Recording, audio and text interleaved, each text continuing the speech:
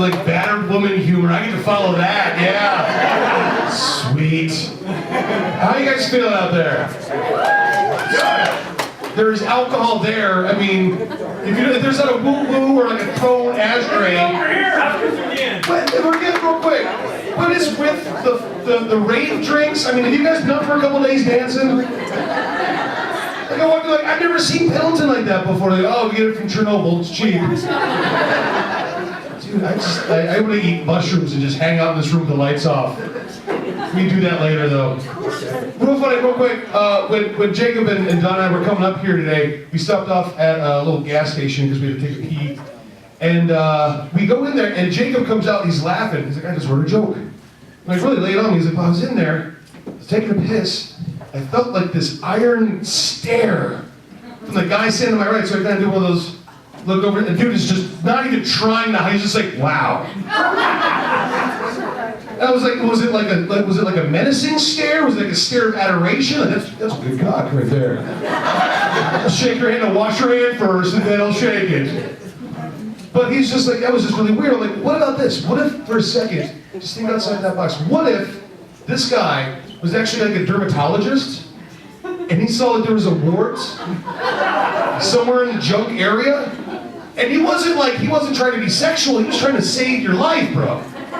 Because he'd be like, I get that checked. So next thing you know, he goes, he gets it checked, turns out it could have been life-threatening, they saved it. Now for the rest of his life, he has to be like, thank you, creepy weirdo, in that truck stop fucking bathroom. If it wasn't for you admiring my man jiggles, then there's no way I'd be standing here right now. I'd be like, and think about this. Every time you pass a rest stop, no matter where you are, just think maybe he's there. Helping somebody else. One dick at a time. That's what it is.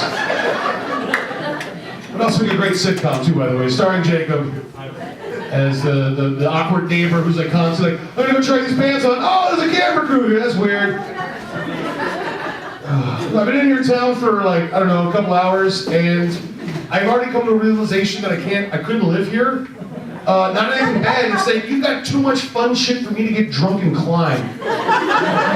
You may not know what to look at me, but I'm a climber, believe it or not. Like, you feed enough like Pendleton whiskey into me, oh my god, just like, oh my god. Having lunch, looking up at that hill. You know, there's a hill like right over there, I guess. The one hill that you guys got. I'm from Portland. I came here for hills. I got a skateboard in a fucking Walmart, for Christ's sake. That's not fun. I mean, I still do it. It's not fun. But no, that one that as I was having lunch in the restaurant, looking out, I'm like, Jacob's like, we can totally climb that. I'm like, yes, we can. You know, booze is the inspirer of horribly bad decisions. We're gonna do a lot of them here tonight. Yeah, I saw you guys got a hot tub. I'm like, wouldn't it be creepy if I just went there in boxer briefs? Would that be? You are just. Is this a sexual assault table right here? Birthdays and sexual assaults for the comics. Every time a comic comes back from Baker City, he's got that 1,000-yard stare like, oh my god. You have no idea what you do there. It's terrible. We improvise. Duct tape, bag of lye, who knows? My fat ass doesn't have to see Portland ever again if I don't want to. I'll just keep running his mouth. Oh man. I was gonna say, I got my set list here. Who all staying here? Who all's actually staying here at the hotel? One guy, okay. Y'all are just looters. You guys are just here. You guys are just loiterers, just hanging out, just getting drunk. It's awesome. But one thing I've noticed, if you haven't stayed here before, they're awesome rooms. They're perfect for big people to fuck in. Like the bathrooms. Perfect. As a big guy that likes to have aquatic sex, it's hard for me. It's like every shower I've ever been in, I'm like, all right, this is fun, this side's wet. And now that side is getting wet.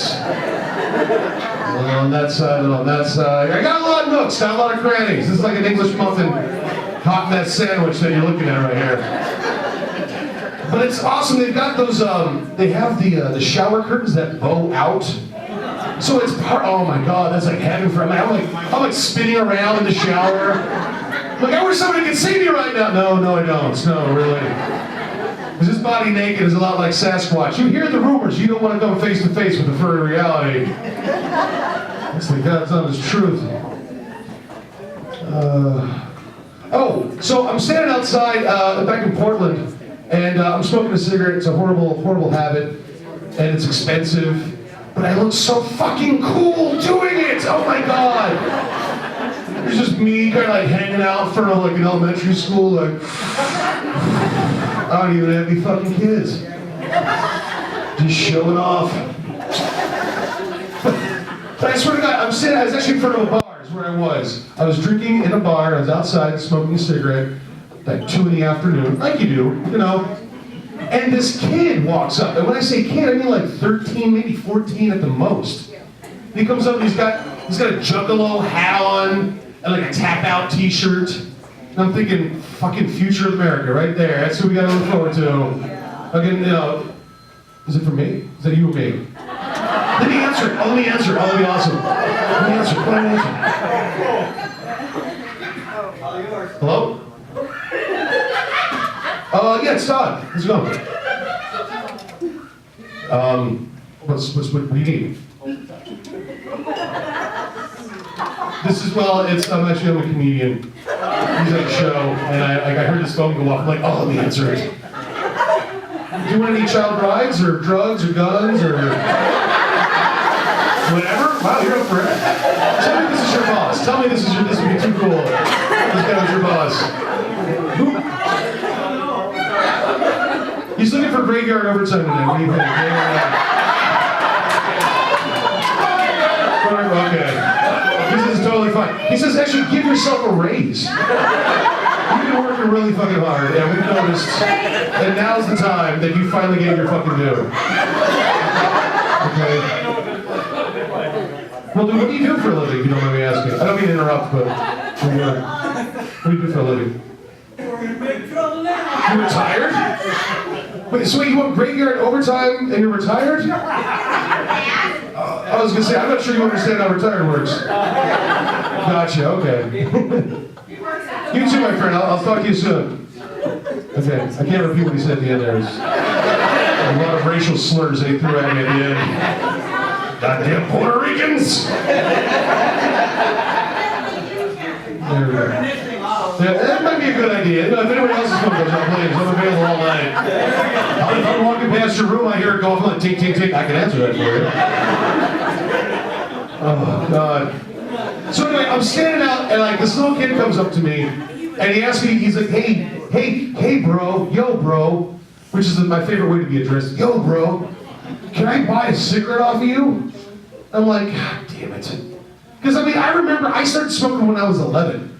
You know, back in the time when you could actually send your kid to the store with a note. Look at all yours now, and yep, that was me too. Yeah, it was like, dear, whoever the fuck is working today, please sell my son some cigarettes, a quart of whiskey, some 22 rounds, and some deer tags, if you wouldn't mind. And some skull, because it's the old man's birthday. I mean, and if you're tall enough to get the money on the counter, like, yeah, fucking take it, there you go. You'll be safe now. So, I mean, I come from that age, and this kid now, he's coming up to me years later, and I know what kind of a monkey the cigarettes can be when they're on your back. And I'm like, I gotta do something. I can't just say flat out no to this kid, because I'd be a hypocrite. So I'm like, I figured I'd bargain with him. Like, okay, kid, I'll give you a cigarette. You know what? I'll give you 2. If you show me one pube, show me a pube, it's gotta be yours. All right, I don't care if you got one in your wallet or something. Show me a pube to prove that you're old enough to smoke, and I'll give you one. And then he called the cops, and it was just turned into a thing. Suddenly, I'm the bad guy trying to keep the kids off the drugs and cigarettes. I mean, it's tiring work, getting bailed out of jail and apologizing to your girlfriend again and again. I believe it too. Yeah. But believe it or not, though, for an entire year, for 365 days. I made a bet with myself. I'm like, I wonder if I can go a full year without drinking, without smoking cigarettes, without smoking other things that burn. I freebase a lot. It's what I do, it keeps me up. I don't have to paint, just anything, cats, TVs, whatever's around. And so yeah, I figured I'm gonna see if I can go a full year with no vices. And I pulled it off, believe it or not. The hardest thing, like, when I quit smoking cigarettes, that was tough.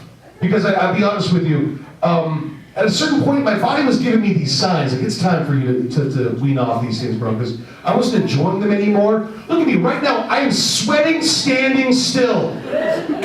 Look at this. This is the kind of sweat like a guy that's like building the railroads would have on him. This is just me standing still. I should be totally fine. But yeah, so like I just wasn't enjoying it anymore. I get winded eating soup. That seems like a warning sign right there. It should be on the back. May cause wheezing during lunch. Please apologize to your coworkers. Seriously, that'd be me in the break room, just like, I can't finish this. What is this, Chunky? Come on. I'm not an NFL football player. I'm just a fat comedian. I'm gonna go smoke a cigarette. Fuck this noise. After sex, I just roll over and wheeze. That's fun. That's fun.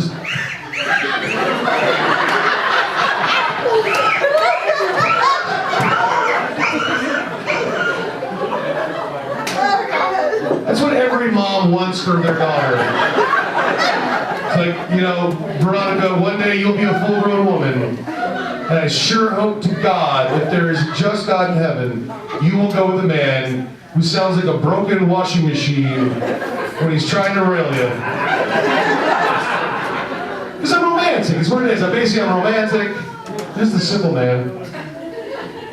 But yeah, this is kind of graphic. I'm sorry if for the squeamish, but I went to a party one night, started chain smoking, started drinking hard, and the next morning, you know that feeling when you smoke way too much, and it feels like you've got like raw bacon in your mouth like all night long. You're like, I hacked up something so black I thought it was part of my shadow. Time to quit right there. Bad news, I had to quit smoking cigarettes. Good news is now I know where Jägermeister comes from. Yes. I cracked the code. There is nothing fucking natural about a bottle of Jägermeister. Next time you see one, like, go, everybody go to the back and buy like 7 shots of Jägermeister for me right now. I dare you. It's all fiction. I'm trying to make some money for you. I swear to God. That's what it's all about. Bras ain't cheap. Sorry, the one. There was one. I had to work it in. They usually come in pairs. That's 2. That's 2 and I'm done. And I'm done. I'm just going to walk away. I'm going to walk away. I'm going to look with my side of my eye over there. But no, go to the back, look at a bottle of Jägermeister. I kid you not. On the label, there is a reindeer and a crucifix. I was raised Catholic, okay? I've been through the Bible a time or 12. Nowhere in there is there a little story, a Christmas story about how baby Jesus and Santa got shit-faced and went elk hunting. It just ain't in there. I mean, as adorable as an idea as that might be, like little drunk baby Jesus like dragging a 30-06 through the snow. That'd be awesome, but no, it never happened. Smoking cigarettes was tough too. I had to quit that. I quit that. Quitting drinking was tough. But I found that drinking really gets you into more trouble than it's worth. Like, you go out there having a good time, somehow you wake up the next, or come to, it was all right. Wake up implies sleep, which implies rest. Come to means, oh, fuck, I drank all of that last night. Now I got someone's mailbox on my front lawn. It's not even my mailbox. It's like there was a duck on it. I'm like, yeah, fuck, I'll take it, shit. But like, I go out, I do this, you know, not really for a living. Are you trapped over there? Okay. She's cute. A little slow, but she's cute. She's adorable. Baffled by balloons. Harley, up there. Stop it. Get down. Get down. But like, I go out to the bars or to the comedy clubs or whatever. I drink. I have a good time. I drink Jägermeister. I get shirtless. Things get weird. Shirtless. Oh yeah, it'll happen. Oh, this will come off. This. I go topless. No bottoms though. I'm a gentleman. Yeah. Like I said. But like when you're drunk and you come home, like I feel guilty because my girlfriend, she actually has a day job. Like she's a real responsible adult as opposed to me. So I come home shit hammered, I want to do something nice for her.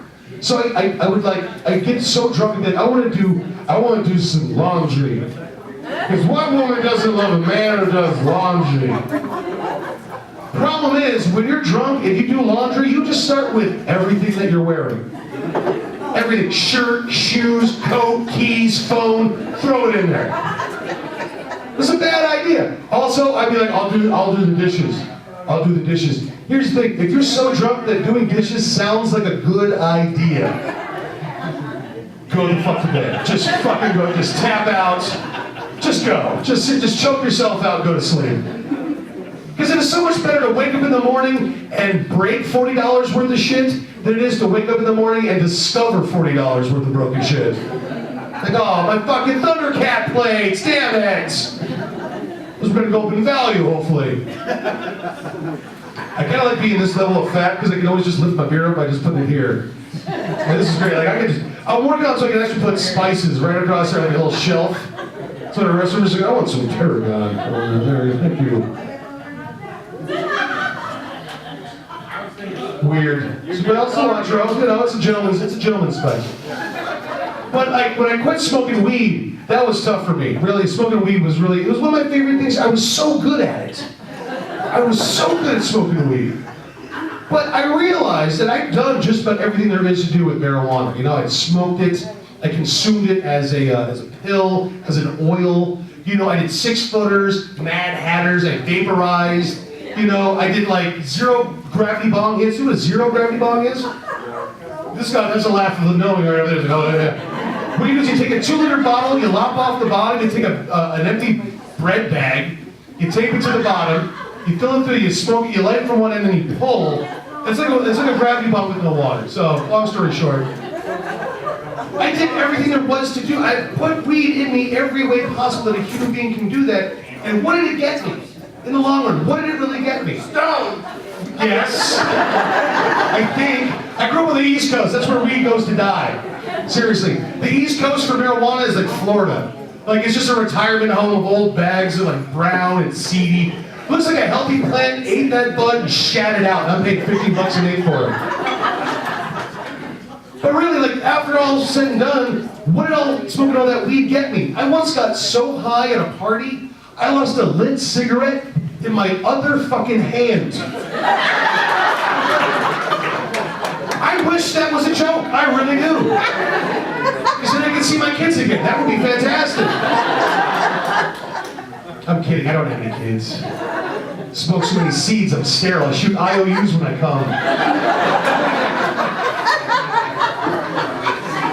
And afterwards, I just push down her tummy.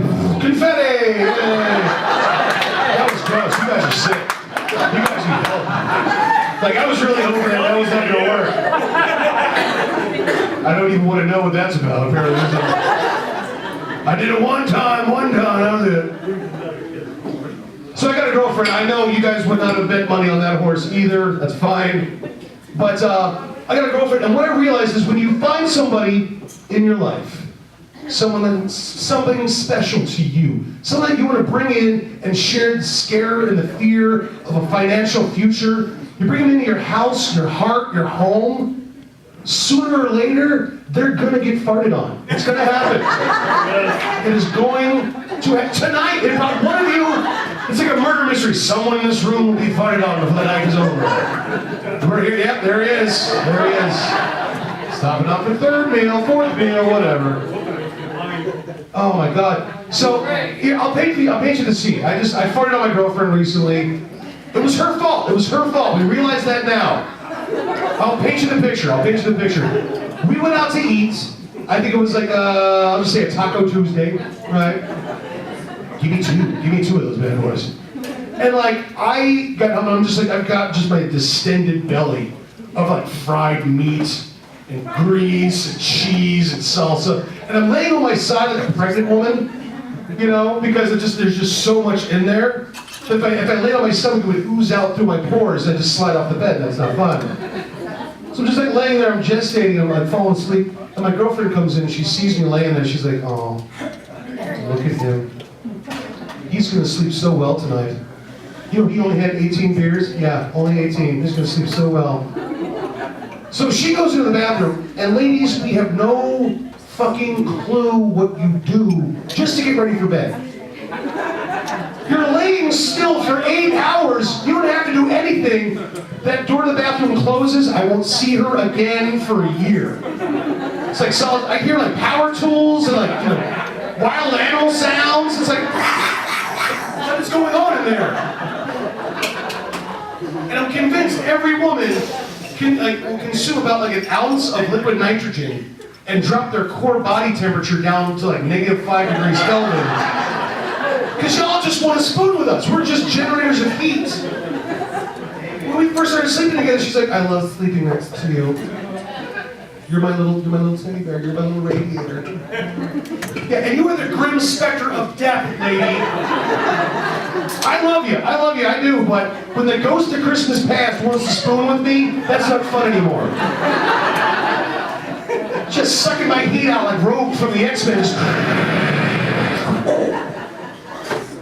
So anyway, I'm laying in bed. Finally, she gets finished in the bathroom. She comes in, sees me lying there, and then she's gonna sneak into bed next to me, which is nice because she used to just drop out of the ceiling, scare the fuck out of me. Why do you do that? Just fucking with you.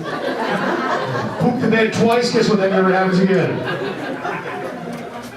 So, laying in bed. She's snuggling up next to me, getting a little closer. What she doesn't realize is I've got like one of those double barrel farts. Just loaded, like hammers cocked back. You know, the trigger's trembling like a Warner Brothers cartoon. It's gonna go in any second. Any second. She's getting a little closer. She's getting a little closer. And then she accidentally bumps me and it just goes. Just goes. And I feel bad because I'm asleep. I didn't see this. She said the entire bedspread lifted 4 feet into the air. Like the circus was in our bed for one night. Cirque du Soleil had come to our house to watch me have sex with my girlfriend. Or not, probably just disappointed her in habits. But yeah, and so I miss all that. And the best part, because there's got to be a best part, right? The best part was she said she could feel the wind kinda on her leg. I was blowing hairs back. It was like a Maxell commercial. She's sitting in a chair. And as a guy, I can only take that as a compliment. I'm sorry.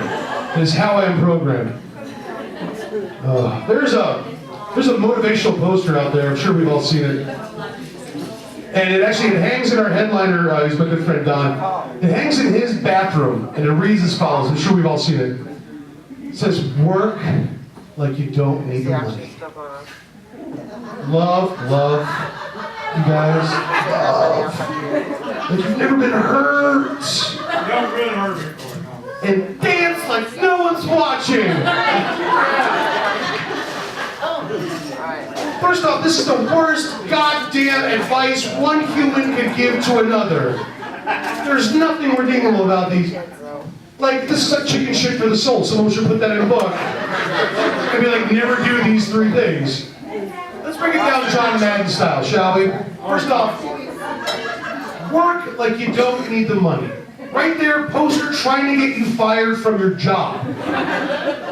Work like I don't need the money. How drunk did I get to show up tomorrow then? On a scale of 1 to Sheen, how drunk can I get? It's like, you see Jim today? Yeah, he's out in the parking lot. He's got a sombrero on. He's got a fire axe and a bottle of tequila. And he's setting Lexuses on fire. What is his deal? Doesn't need the money, I guess. Oh, let's see, but love, you guys. Seriously, love. Like you've never been hurt, yeah. Should say love like you've never been tricked by a Craigslist ad. That's what it should say. Because those, yeah, see, it only takes once. Only takes once. How many times have you been stuck on the phone like, when it said tranny, I just figured, you worked on cars or something. Or, I got this old El Camino out back. I'm trying to get it to turn over. Pun intended. Well, I already rented that Cowboys versus Aliens from the Red Box. Come on over, partner. We'll fuck it out.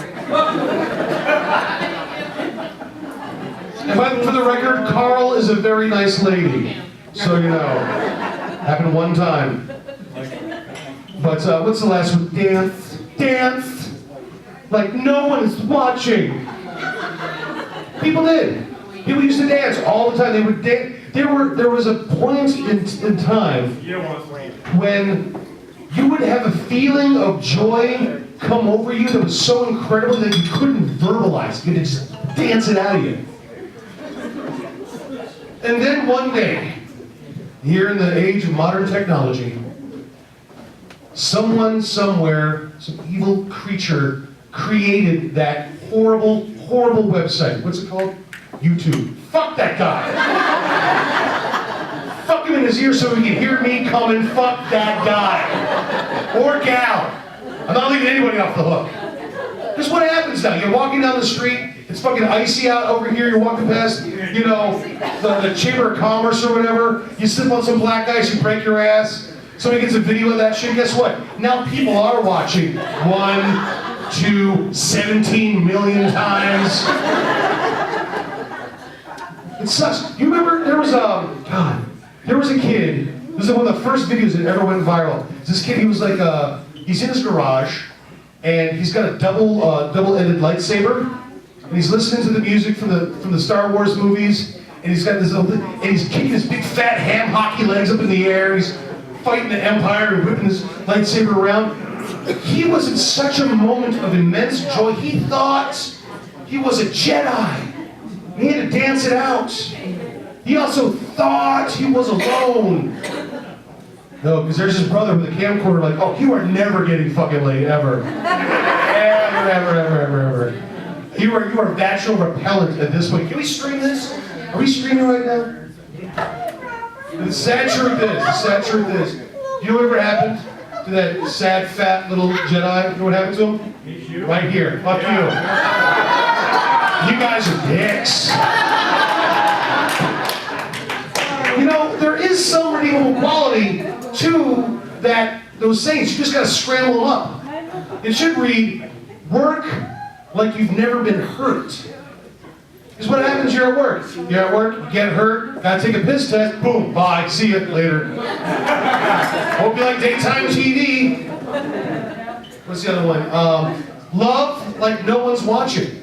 Let that freak flag fly, man. I'm sorry, if you want to dress up like Judy Garland from The Wizard of Oz and fuck a chain link fence, do it. Do it. It's not my fence. My fence is a lady. And lastly, I mean, this is the most important one. It should be dance like you don't need the money. Think about that. What a perfect world would we live in if once a month I could walk into any strip club I wanted, pull out my Oregon Trail card, slap that bitch down on the counter, and I'll dance forever